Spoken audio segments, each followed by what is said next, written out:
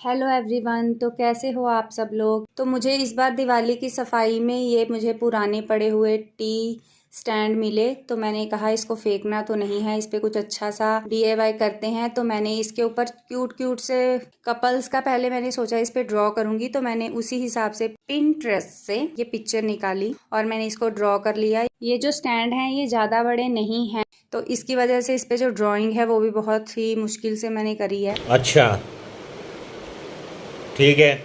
उसके बाद मैं 1 बाय 1 इसके ऊपर कलरिंग करना शुरू कर रही हूँ। बेस कोट मैं करना भूल गई थी इसके ऊपर वाइट। किसने बोला था? ले ले ले ले सुना क्या? ये भी मेरी गलती है। नहीं भाई मेरी गलती है। नहीं मेरी गलती है। नहीं बाबा नहीं मेरी गलती। तो जिसकी वजह से इसके जो कलर्स हैं इस पे मैं 2-2 कोट लगा रही हूँ कि जो कलर है वो अच्छे से पिगमेंटेड होके उठकर आए। तो जैसे जैसे मुझे समझ आ रहा था मैं 1 बाय 1 इस पे कलरिंग कर रही हूँ। आई होप ये अच्छा बन जाए, क्योंकि ये बहुत ही ज़्यादा छोटी ड्राइंग है, तो इसमें थोड़ी सी दिक्कत आ रही थी कलरिंग में। बस हवा निकल गई। तो उसके लिए पहले मैंने फेस के ऊपर स्किन कलर कर दिया है, और फिर अब मैं लड़की की ड्रेस है, साड़ी है, मैं उस पर कलर करूंगी। तो मुझे साड़ी का कुछ समझ नहीं आ रहा था कौन सा कलर करूं। तो जैसे जैसे मुझे जो जो मेरे दिमाग में आइडिया आ रहा था, जो जो कलर मुझे लग रहा था, मैं वही वही करती जा रही थी मैच का बना के। तो साड़ी को मैंने थोड़ा सा न्यूड पर्पल सा शेड दे दिया था। क्या बोला तूने? और उसके बाद अब लड़की को उसने स्वेटर भी पहनी हुई है, तो मैंने उसको हल्की सी ब्राउन कलर की स्वेटर भी पहना दी। तो उसके बाद हेयर्स का मुझे बड़ा दिक्कत आ रहा था, तो मैंने उसको कहा उसको पहले बाद में साइड में बाद में डिसाइड करेंगे, क्योंकि जो आउटलाइनिंग है वो भी ब्लैक ही है। तो फिर मैंने 1 बाय 1 जो जो स्टेप है मैं करती जा रही हूँ, और इसके ऊपर आउटलाइनिंग का भी मुझे करना था, क्योंकि उसी से ही फिनिशिंग आएगी मेन। अच्छा, हमको सिखा रिया है। और उतना ही ज़्यादा इसकी डिटेलिंग पता लगेगी। तो इसके लिए मैंने सबसे जो मेरे पास छोटा ब्रश था 0 साइज़ का, मैंने उसके साथ कलरिंग शुरू करी, क्योंकि वो जो पहले मैंने ब्रश लिया था थोड़ा सा बड़ा पड़ रहा था और जो कलर थे वो बाहर जा रहे थे। ये जितनी ही छोटी ड्राइंग थी और जितना ही छोटा सा ये आर्ट लग रहा था, बट ये छोटा सा लग ही रहा था। इसमें मुझे बहुत दिक्कत आई और बहुत टाइम भी लगा, क्योंकि इसको बहुत ही कॉन्सेंट्रेट और ध्यान से करना पड़ रहा था, जिसकी वजह से मेरी गर्दन की तो बैंड बज गई थी। Oh shit! नहीं, ऐसा नहीं हो सकता। कह दो कि ये झूठ है। फिर उसके बाद जैसे ही दोनों कपल का हो गया था कलरिंग का, तो फिर मैंने इसका बैकग्राउंड जो था मैंने सोचा वो ग्रास का दिखाया हुआ था उसमें। तो फिर मैंने उसके लिए मैंने इसके कलर में जो ग्रास का जो मैंने कलर लिया है वो मैंने 3 कलर लिए थे, कि उससे ज्यादा वो अच्छा लगे, रियलिस्टिक लगे, और ज्यादा ही रियल जितना हो सका मैंने दिखाने की कोशिश करी। यही नहीं, अभी और सुनिए। तो सबसे पहले मैंने डार्क, फिर उससे लाइट मैंने 3-4 शेड लिए थे, जितने भी मेरे पास ग्रीन शेड में पड़े हुए थे। इन तीनों कलर्स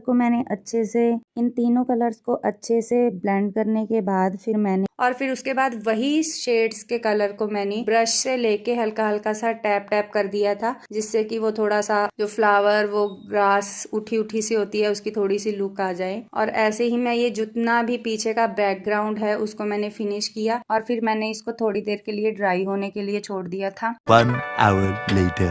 अभी भी मुझे ये खाली खाली लग रहा था। अरे मुझे चक्कर आने लग गया अब।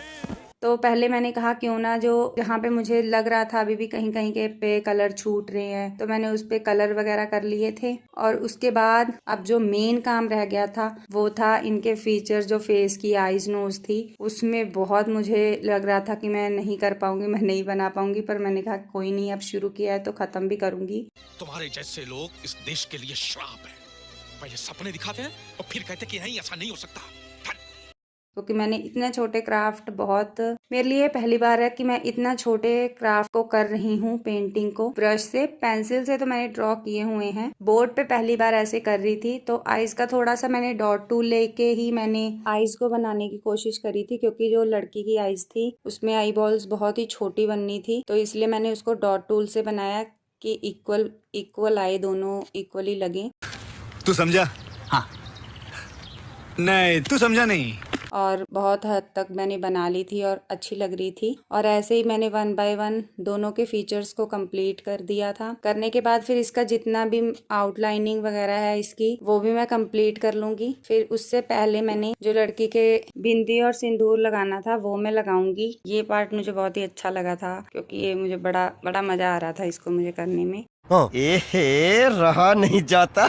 इसको मैंने डॉट टूल से छोटी सी बिंदी बना दी थी और सिंदूर लगा दिया था। और ये लगाने के बाद जो पिक्चर लड़की की जो फेस था वो ज्यादा अच्छा लग रहा था। फिर जितनी भी डिटेलिंग थी मैंने वो दे दी थी, हाईलाइट कर दिया था इसके कॉर्नर्स को। और जहाँ पे आई लव यू लिखा है उसके अंदर मैंने व्हाइट कलर से उसको लिख दिया था और बैकग्राउंड मैंने रेड कर दिया था। फिर जितनी भी आउटलाइनिंग बची थी मैंने उसको अच्छे से कंप्लीट किया। कंप्लीट करने के बाद जो मुझे खाली खाली बैकग्राउंड लग रहा था उसके लिए मैंने डॉट टूल से ही छोटे छोटे फ्लावर बना दिए थे, जिससे कि ये पहले से और भी अच्छा और सुंदर लग रहा था। ये करने के बाद फिर मैंने इसको अच्छे से ड्राई होने के लिए छोड़ दिया था पूरे 1 दिन के लिए। जब ये प्रॉपर ड्राई हो गया था फिर मैंने इसके ऊपर वार्निश का कोट कर दिया था। और मैंने वार्निश के 2-3 कोट करे थे, जिससे कि ये अच्छे से इसका जो पेंट है वो लॉक हो जाए और ये पूरा वाटर प्रूफ हो जाए। जो वार्निश वाला पार्ट है वो मैंने इसमें रिकॉर्ड नहीं किया है, वो मैं नहीं कर पाई थी रिकॉर्ड।